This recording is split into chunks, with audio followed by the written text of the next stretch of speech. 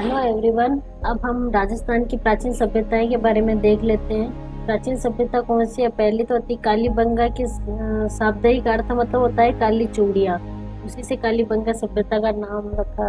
और पुरातात्विक स्थल रंग महल कहाँ स्थित है? ये कातली में स्थित है। पुरातात्विक स्थल रंग महल कहा जाता है, कहाँ स्थित है? कातली में। आहड़ सभ्यता के लोग किस खाद्य पदार्थ से अच्छी प्रकार परिचित थे? वो चावल से थे। आर्य सभ्यता के जो लोग चावल से काफी अच्छे परिचित थे। और फिर राजस्थान महाभारत काल के अवशेष कहाँ मिले थे? ये अलवर के निकट बेराट और वह भरतपुर के निकट नोहा में महाभारत काल के अवशेष मिले थे। और कहाँ के अवशेषों से यह पता चलता है कि विश्व विख्यात सिंध व राजस्थान में विकास हुआ था। वह कालीबंगा, पीलीबंगा व रंग महल की ये अवशेषों से पता चलता है कि यहाँ पे विश्व विख्यात सिंध को राजस्थान में विकास किया। और फिर क्या है? बीजुक डूंगर का सर्वप्रथम अशोक के शिलालेख में किसने और कब खोजा था? ये कैप्टन बार्ट ने 1837 ईस्वी में किया था। बीजक डूंगरी का प्रथम अशोक के शिलालेख ये कैप्टन बर्ट ने 1837 में किया था। फिर प्राचीन कालीबंगा सभ्यता पूरा स्थल किस जिले में स्थित है? ये हनुमानगढ़ में स्थित है। उदयपुर के पास स्थित आहड़ सभ्यता स्थल व सर्वप्रथम उत्खनन करवाने का श्रेय किसे जाता है? ये अक्षय कीर्ति व्यास को जाता है। उदयपुर के पास स्थित आहड़ सभ्यता स्थल का सर्वप्रथम उत्खनन। फिर हम पढ़ते हैं आर्य सभ्यता से प्राप्त उपकरण मुख्यतः निर्मित है तांबे से। आर्य सभ्यता के जो तांबा ज्यादा यूज होता था। और फिर इतावली भारत विद लुईग या टेक्सटोरी द्वारा सिंधु घाटी सभ्यता के प्रागैतिहासिक और पूर्व मौर्य व्यक्ति की सर्वप्रथम पहचान राजस्थान के किस स्थान पर की गई? वो कालीबंगा थी। एक बार फिर से पढ़ लेते हैं। इतावली भारत विद लुईगी या टेक्सटोरी द्वारा सिंधु घाटी सभ्यता के प्रागैतिहासिक और पूर्व मौर्य व्यक्ति की सर्वप्रथम पहचान राजस्थान के किस स्थान से की गई थी? वो कालीबंगा सभ्यता से की थी। और सिंधु घाटी सभ्यता के बारे में पढ़ लेते हैं। सिंधु घाटी सभ्यता के अवशेष राजस्थान में कहाँ से प्राप्त हुए हैं? ये उदयपुर से प्राप्त हुए हैं। फिर बेराट सभ्यता किस जिले से? ये भी हमें जयपुर से मिलते हैं। और प्राचीन सभ्यता राजस्थान के किस किनारे, मतलब प्राचीन सरस्वती नदी के किनारे राजस्थान के सबसे प्राचीन नागरिक सभ्यता का नाम क्या है? वो कालीबंगा सभ्यता।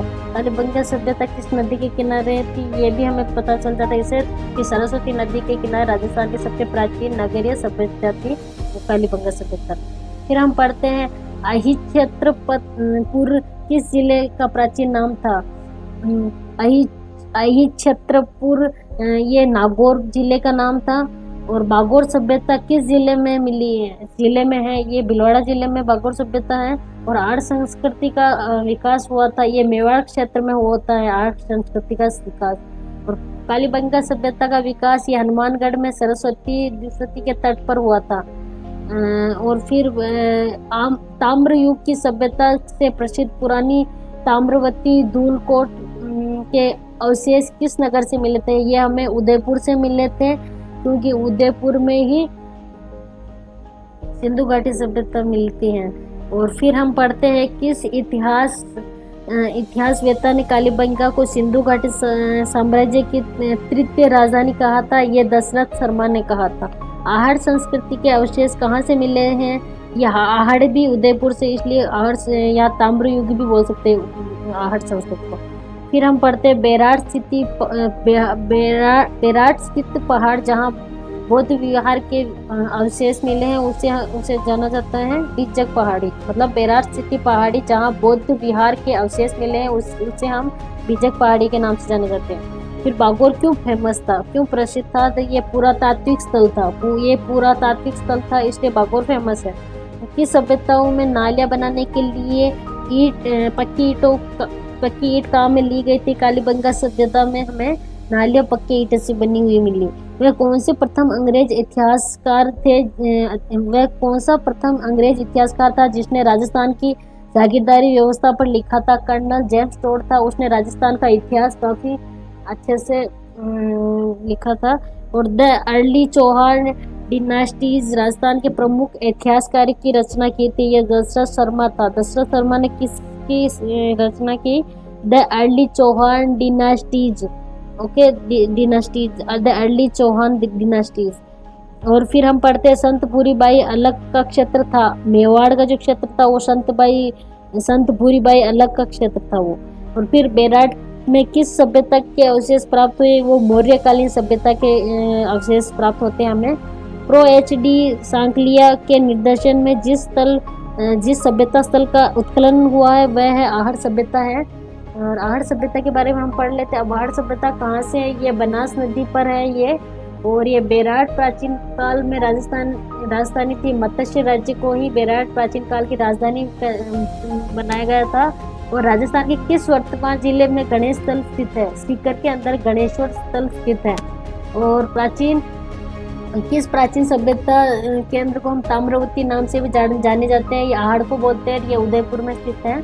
और फिर हम पढ़ते हैं बनास संस्कृति किस स्थल से संबंधित होती है? ये भी आहड़ से है, बनास संस्कृति भी। फिर किसने 1950 से लेकर 51 में कालीबंगा की पहचान की थी? ये मोस्ट इम्पोर्टेंट है। ये 1950-51 में कालीबंगा की ए घोष ने की थी। ए घोष पूरा याद रखना, ए घोष ने। फिर बीजे की पहाड़ी स्थित है। विराटनगर में बीजे की पहाड़ी स्थित है। और प्राचीन गणेश्वर सभ्यता के अवशेष प्राप्त हुए, ये नीम का थाना में प्राप्त हुए थे प्राचीन गणेश्वर सभ्यता के। फिर राजस्थान में किस जिले में पूर्व हड़प्पा के व्यापक अवशेष पाए जाते हैं? वो हनुमानगढ़ में आते हैं। और फिर हम पढ़ते हैं राजस्थान की बुद्ध संस्कृति के अवशेष कहाँ से मिले थे? वो विराटनगर से। बुद्ध संस्कृति जो थी उनका विराटनगर में उसके अवशेष मिले थे। और किस सैंधव स्थल में अग्निकुंड के साक्ष्य भी मिले थे? वो कालीबंगा सभ्यता से हमें अग्निकुंड के साक्ष्य भी मिले थे। और किस जिले में आहड़ संस्कृति के अवशेष? आहड़ संस्कृति के तो उदयपुर में है ना। और फिर राजस्थान के किस स्थान पर सैंधव कालीन अवशेष प्राप्त हुए? ये तो हम कालीबंगा में पढ़ चुके हैं। आहड़ संस्कृति के लोग किस धातु से परिचित नहीं थे? लोहा से। वो क्योंकि उस युग में ताम्र युग कहा जाता है, तो वो लोग लोहे से परिचित नहीं थे। और फिर राजस्थान में किस स्थल पर सबसे प्रथम बार हल से जुते हुए खेत मिले थे? वो हमारी कालीबंगा सभ्यता से थी जो हनुमानगढ़ में है। और राजसमंद स्थित किस स्थान पर हड़प्पा से पुरानी सभ्यताओं को अवशेष मिले थे? वो गीलून के अंदर मिले थे। मौर्य सभ्यता के प्रमाण किस स्थान पर उपलब्ध है? ये जयपुर बेराट में स्थित है। कालीबंगा की सभ्यता किस नदी के समीप विकसित है? वो सरस्वती नदी के किनारे स्थित है कालीबंगा सभ्यता। और बौद्ध मंदिर के स्मारक किस स्थान पर उपलब्ध है? ये बेराट के अंदर स्थित है बौद्ध मंदिर के स्मारक। फिर गणेश्वर सभ्यता किस काल के संबंधित? ताम्र पाषाण युग से। ताम्र और पाषाण इन दोनों युग से गणेश्वर सभ्यता संबंधित है। और राजस्थान सिर्फ ताम्र युग बोला तो सिर्फ हमें आहड़ बोल सकते हैं, पर ताम्र और पाषाण बोले तो गणेश्वर सभ्यता। और फिर हम पढ़ते हैं राजस्थान के किन राजाओं के सिक्के नलियासर, बेरार तथा नगरी से प्राप्त हुए? ये यूनानी के जो सिक्के थे ये हमें राजाओं के सिक्के नलियासर और बेरार तथा नगरी से प्राप्त हुए। और किस पुरातात्विक स्थल में पूर्व में मालव नगर कहते थे? नगर टोक के अंदर जो नगर है उसको हम मालव कहते थे। मालव पूर्व में मालव का नगर कहते थे। फिर किस सैंधव स्थल में अग्निकुंड के साक्ष्य मिले? ये कालीबंगा सभ्यता। ये सब तो हमारी सारी सभ्यता के बारे में पढ़ा है। अब हम थोड़ा सा हमारे प्रमुख शिलालेख देख लेते हैं। प्रमुख शिलालेख तो सबसे पहला शिलालेख है बिजोलिया शिलालेख। किस वंश से संबंधित है? ये हमें चौहान वंश से संबंधित है। बिजोलिया शिलालेख चौहान वंश से संबंधित है। और बिजोलिया शिलालेख 1170 ईस्वी में से प्राप्त हुए थे, जो भीलवाड़ा जिले में है। बिजोलिया शिलालेख एक तो भीलवाड़ा में है और एक 1170 ईसा पूर्वी थे। और फिर हम पढ़ते हैं बिजोलिया शिलालेख के रचयिता माना जाता था, ये गुणभद्र को माना जाता था। गुणभद्र ने ही बिजोलिया शिलालेख की रचयिता की थी। फिर चिरवे का शिलालेख किस वंश को चिरवे की शिलालेख किस वंश से संबंधित है? ये मेवाड़ के घुरिल वंश से संबंधित है चिरवे के। फिर चिरवे का शिलालेख 1273 ईस्वी में कहाँ से प्राप्त हुए? ये चिरवा गांव के उदयपुर से प्राप्त हुए थे चिरवे के शिलालेख। फिर पढ़ते हैं हम 1428 ईसा पूर्व का श्रृंगी ऋषि लेख उदयपुर किससे संबंधित है? 1428 ईसा पूर्व श्रृंगी ऋषिलेख उदयपुर की किससे संबंधित? ये मेवाड़ के महाराणाओं तथा भीलों के सामाजिक जीवन से संबंधित है। श्रृंगी ऋषिलेख ये उदयपुर में है। और फिर है 1439 ईस्वी में रचित रणकपुर पाली प्रशासित के वर्णन मिलता है। बप्पा रावल से लेकर कोंबा तक के 1439 में रचित रणकपुर पाली में मिलते हैं हमें। और 1460 में रचित कीर्ति स्तंभ प्रशासित किसके संबंधित है? ये कीर्ति स्तंभ सिसोदिया वंश से संबंधित है। और कीर्ति स्तंभ प्रशस्ति के रचनाकार कौन थे? कवि अत्रि एवं उसका पुत्र महेश, इन लोगों ने कीर्ति स्तंभ की प्रशस्ति और रचना की थी। फिर 1612 ईस्वी का आमेर का लेख किस वंश का है? ये कछुआ वंश में आता है। ये 1612 जो ईस्वी था ना, इसमें कछुआ वंश में आमेर का लेख आता है। फिर विश्व का सबसे बड़ा शिलालेख किसे कहा जाता है? विश्व का सबसे बड़ा, ये राज प्रशस्ति को विश्व का सबसे बड़ा शिलालेख में कंसिडर किया जाता है। राज प्रशस्ति कहाँ स्थित है? ये राजसमंद झील पर, राजसमंद जिले में स्थित है। ये विश्व का सबसे बड़ा शिलालेख भी कहते हैं, ये राजसमंद झील में स्थित है। और फिर राज प्रशस्ति का वर्णन कहाँ मिलता है? ये महाराणा राजसिंह का है ये राज प्रशस्ति, ये सबसे बड़ा शिलालेख है। फिर हम पढ़ते हैं राज प्रशस्ति की रचना किसके द्वारा की गई? ये रणछोड़ भट्ट तेलंग द्वारा की थी। रणछोड़ भट्ट तेलंग ने ही राज प्रशस्ति की विश्व के सबसे बड़े शिलालेख की रचना की थी। फिर हम पढ़ते हैं 1719 ईस्वी में वेदनाथ प्रशस्ति कोसी झील के समीप स्थित थी। ये पिछोला झील जो उदयपुर में स्थित है, वहाँ पे वेदनाथ प्रशस्ति के मतलब वहीं पे समीप थे। और फिर हम पढ़ते हैं जगन्नाथ राय प्रशस्ति 1652 ईस्वी में उदयपुर को किसका विवरण है? ये बप्पा रावल से संग्राम सिंह द्वितीय का ये जगन्नाथ प्रशस्ति और 1652 ईस्वी में उदयपुर को इसका विवरण किया गया है। फिर बीकानेर प्रशस्ति 1594 में किससे संबंधित है? ये बीकानेर प्रशस्ति 1594 में ये बीकानेर के राजा राय सिंह से संबंधित, राजा राय सिंह से बीकानेर प्रशस्ति संबंधित है। और फिर नाथ प्रशस्ति 1971 में किसके वर्णन थे? ये मेवाड़ के राजनीतिक तथा सांस्कृतिक इतिहास में नाथ प्रशस्ति है।